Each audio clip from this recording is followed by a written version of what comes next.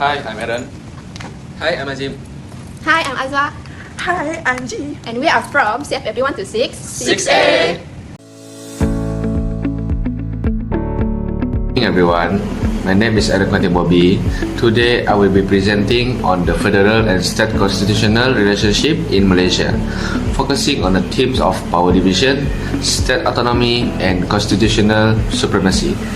This is an important topic, especially in sectors like construction where overlapping jurisdiction can create legal uncertainty.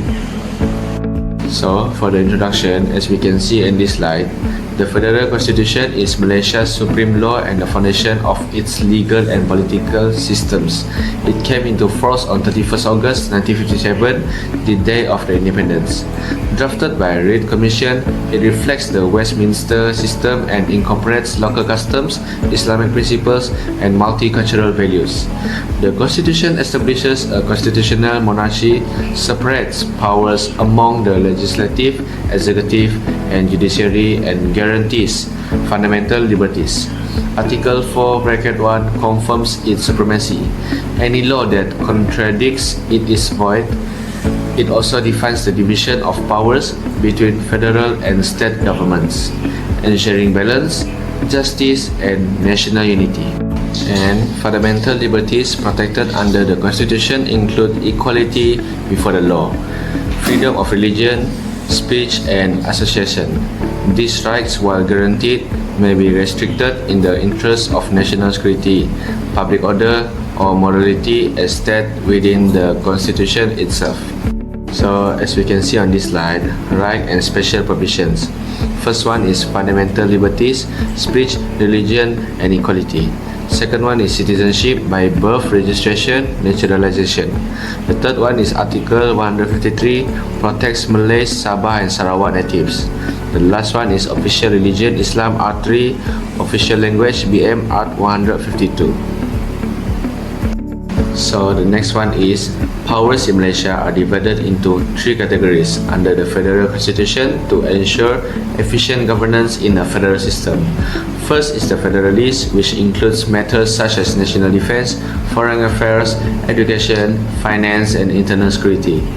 These are areas managed solely by the federal government. Next is the State List, covering issues like land, agriculture, Islamic laws, and local governance, allowing each state to regulate matters that affect them directly. Finally, the Concurrent List consists of areas like health, social welfare, and town planning, where both the federal and state governments can legislate. These divisions ensures national unity while respecting state autonomy. So the next slide, I will talk about financial power. In Malaysia, the federal government holds greater financial power. It collects major revenues such as income tax, custom duties, and excise tax. State governments, on the other hand, rely mainly on land-related revenue, forestry, and small local taxes. As a result, states are often dependent on federal grants and loans for development. In cases where both federal and state laws apply to the same subject, especially under the Concurrent List, conflicts may arise.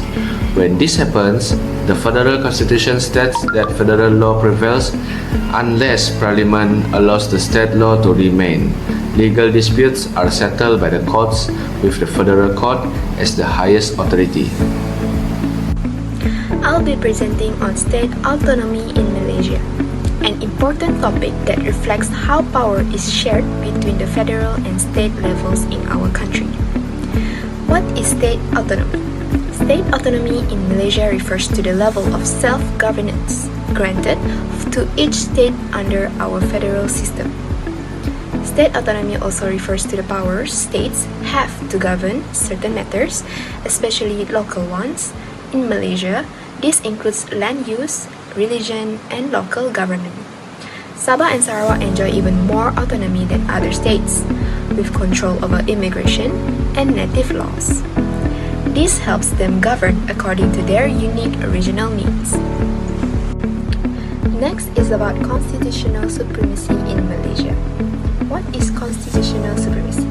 In simple terms, constitutional supremacy means the federal constitution is the highest law in Malaysia.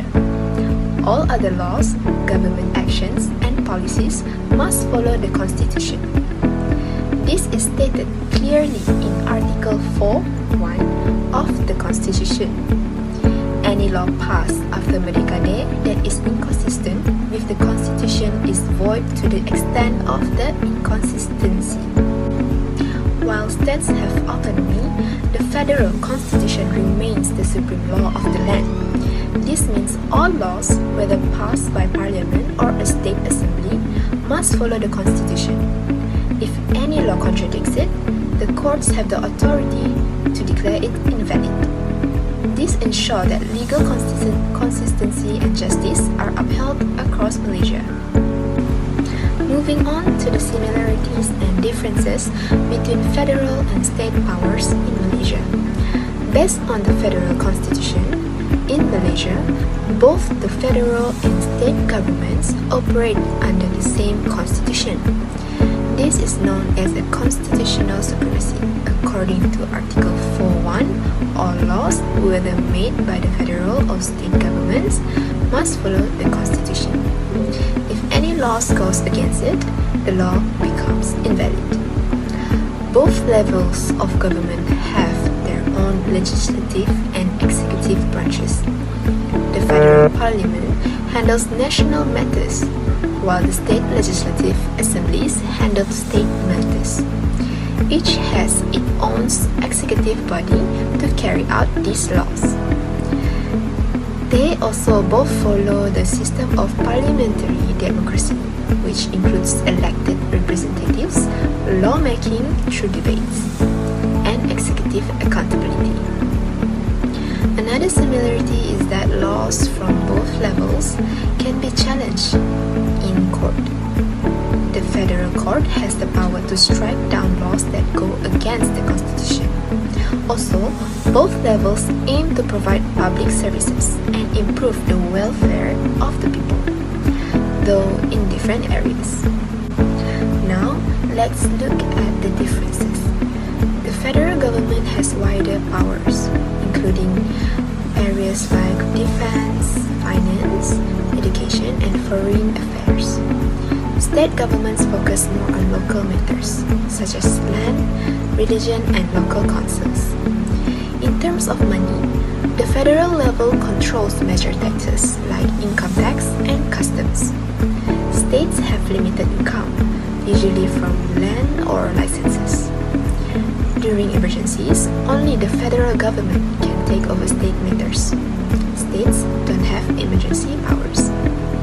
The court system is also controlled by the federal government, except for Sharia courts, which are managed by the states.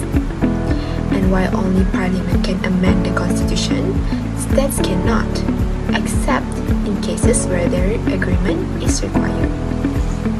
Lastly, Sabah and Sarawak are different from other states. They have more autonomy in areas like immigration, religion, and native laws. They also receive more revenue from natural resources. This is due to the Malaysia Agreement 1963. Let's continue the next topic, non-contractual liability. Non-contractual liability are legal responsibility based on any signed contract. These often appear in tort law. In construction, they become crucial when accidents happen, especially if the affected party is not a part of the contract. We will now look into three key types, which is the first one, strict liability, express liability, and lastly, vicarious liability. The first one, strict liability, is a liability without fault. It is based on Ryland v. Fleischer's 1868. For example, damage from firework or heavy machinery. The risk management can be done by perform ISIA, get special insurance, and comply with law strictly.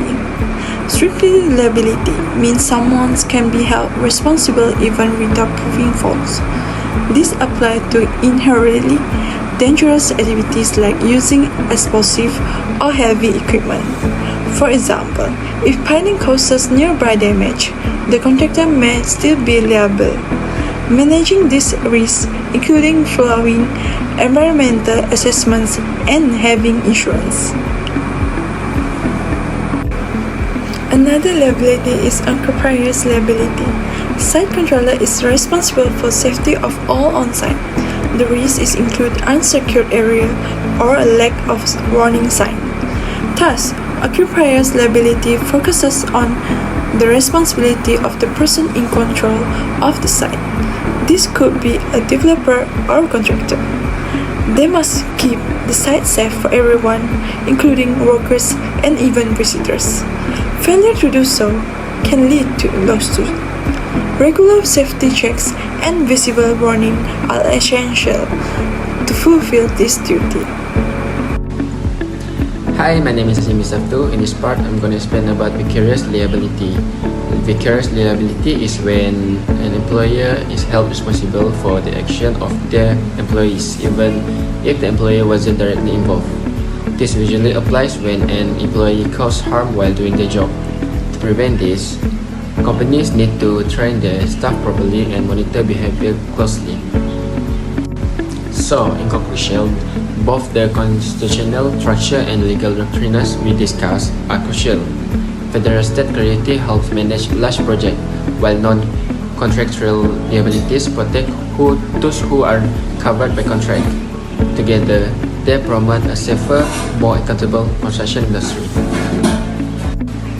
To conclude our presentation, we would like to share several key recommendations.